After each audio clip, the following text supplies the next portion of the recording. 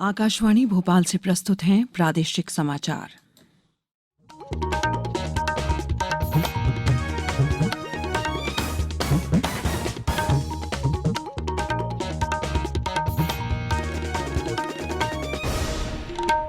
नमस्कार, समाचारों के साथ मैं शेख महाजबीन अल्मास।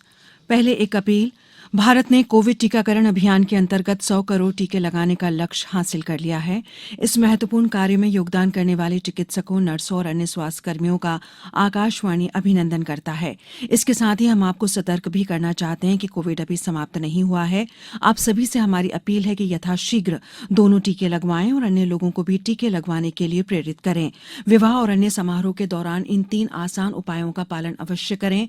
मास्क पहनें, 2 गज की दूरी बनाए रखें, हाथ और चेहरा साफ रखें। कोविड से संबंधित कोई भी जानकारी और मार्गदर्शन के लिए राष्ट्रीय हेल्पलाइन नंबर 01123978046 और 1075 पर संपर्क करें। अब इस बुलेटिन के समाचार। सबसे पहले मुख्य समाचार। प्रदेश में आज से 50% क्षमता से खुलेंगे स्कूल, ऑनलाइन क्लास जारी रखने के निर्देश। आज से शुरू हो रहा है संसद का शीतकालीन सत्र। कृषि कानून रद्द करने के लिए लाया जाएगा विधेयक। अंतर्राष्ट्रीय फिल्म समारोह का कल गोवा में समापन हुआ। सर्वश्रेष्ठ फिल्म का गोल्डन पिकॉक पुरस्कार रिंग वंडरिंग फिल्म को मिला। और जूनियर कप हॉकी विश्व कप में अर्जेंटीना ने पाकिस्तान को 4-3 से हराकर क्वार्टर फाइनल में पहुंचा। अब समाचार विस्तार से। स्कूल शिक्षा और सामान्य प्रशासन राज्य मंत्री श्री इंदर सिंह परमार ने बताया कि प्रदेश के समस्त विद्यालयों की कक्षा 1 से 12वीं तक की कक्षाएं 50% क्षमता के साथ संचालित होंगी। कक्षाओं के संचालन के दौरान विद्यार्थियों की सुरक्षा को ध्यान में रखते हुए कोविड-19 प्रोटोकॉल का पालन किया जाएगा। मंत्री श्री परमार ने बताया कि सभी विद्यालयों में अर्धवार्षिक परीक्षाएं पूर्व निर्धारित कार्यक्रम के अनुसार संचालित की जाएंगी। इसके पहले कल मुख्यमंत्री शिवराज सिंह चौहान ने अपने निवास पर कोरोना समीक्षा बैठक में प्रदेश में कोरोना की स्थिति की समीक्षा और अधिकारियों को आवश्यक निर्देश दिए। अपने निवास पर कोरोना समीक्षा बैठक में मुख्यमंत्री ने कहा कि कोरोना के नए वेरिएंट के विदेशों में फैलने की सूचना तो है, लेकिन देश में कोविड के नए वेरिएंट नहीं मिले हैं। उन्होंने प्रदेश में अधिक सतर्कता बरतने की जरूरत बताई और कहा कि केंद्र सरकार की गाइडलाइन के साथ ही अतिरिक्त सावधानियां बरती जाएंगी। उन्होंने कहा कि प्रतिदिन हो रहे टेस्ट की संख्या भी बढ़ाई जाए। वर्तमान में 58 से 60 हजार टेस्ट हो रहे हैं। समीक्षा बैठक में बताया गया कि सोमवार से स्कूल खुलेंगे, लेकिन स्कूलों में बच्चों की 50% संख्या होगी। विद्यार्थी 50% कैपेसिटी में उपस्थित होंगे। स्कूलों में 50% बच्चे एक दिन आएंगे और 50% बच्चे दूसरे दिन आएंगे। उन्होंने स्कूलों को वैकल्पिक तौर पर ऑनलाइन क्लास जारी रखने को कहा है। संसद का शीतकालीन सत्र आज से शुरू हो रहा है। ये 23 दिसंबर तक चलेगा। लोकसभा में आज कृषि कानून निरस्ती करने संबंधी विधेयक 2021 पेश किया जाएगा। ये विधेयक 3 कृषि कानूनों को निरस्त करने के लिए लाया जा रहा है। यह कानून है किसान उत्पादन, व्यापार और वाणिज्य अधिनियम 2020, किसान सशक्तिकरण और संरक्षण मूल्य आश्वासन और सेवा करार अधिनियम 2020 और आवश्यक वस्तुएं अधिनियम 2020। दोनों सदनों की कार्रवाई का सुचारू संचालन सुनिश्चित करने के लिए सरकार ने कल नई दिल्ली में सभी राजनीतिक दलों के नेताओं की एक बैठक आयोजित की। संसदीय कार्य मंत्री प्रहलाद जोशी ने बताया कि सरकार नियमों के अंतर्गत स्वीकार्य किसी भी मुद्दे पर सदन में बहस के लिए तैयार है। उन्होंने सभी पार्टियों से सदन की कार्रवाई के सुचारू संचालन में सहयोग करने की अपील की। सर्वदलीय बैठक में रक्षा मंत्री राजनाथ सिंह ने इस बात पर संतोष व्यक्त किया कि सभी नेताओं ने उचित विचार विमर्श किया और महत्वपूर्ण मुद्दे उठाए। उन्होंने कहा कि राजनीतिक दलों ने संसद में इन मुद्दों पर और विचार विमर्श की आवश्यकता जताई। सामान्य प्रशासन विभाग ने प्रदेश के सभी शासकीय कार्यालयों में ऊर्जा खपत में कम से कम 10% की कमी लाने के निर्देश जारी किए हैं। विभाग की ओर से जारी निर्देशों में इसके लिए कार्यालयों में जरूरत न होने पर विद्युत उपकरणों को बंद करने, कार्यालय से जाते समय सभी विद्युत उपकरणों का स्विच ऑफ करने, दिन के समय न्यूनतम आवश्यकता अनुसार विद्युत उपयोग करने जैसे सुझाव दिए गए हैं। गौरतलब है कि राज्य में 25 नवंबर से ऊर्जा साक्षरता अभियान चलाया जा रहा है, जिसके अंतर्गत लोगों को ऊर्जा संरक्षण के लिए प्रेरित किया जा रहा है। अब समाचारों में वक्त है एक ब्रेक का। कोविड-19 से बचाव और सुरक्षित रहने के 3 उपाय। मास्क लगाएं, 2 गज दूरी है जरूरी, सुरक्षित दूरी रखें, हाथ और मुंह साफ रखें।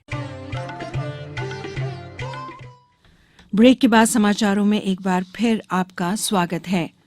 52वां भारतीय राष्ट्रीय फिल्म महोत्सव कल समाप्त हो गया। सूचना और प्रसारण मंत्री अनुराग सिंह ठाकुर ने इस अवसर पर कहा कि यह महोत्सव कथा कहने और फिल्म बनाने का है। उन्होंने कहा कि इस महोत्सव में पहली बार ब्रिक्स फिल्म उत्सव का आयोजन किया गया। ओटीटी प्लेटफॉर्म ने भागीदारी की और सिनेमा में 75 युवाओं को उनकी नई रचना के लिए सम्मानित किया गया।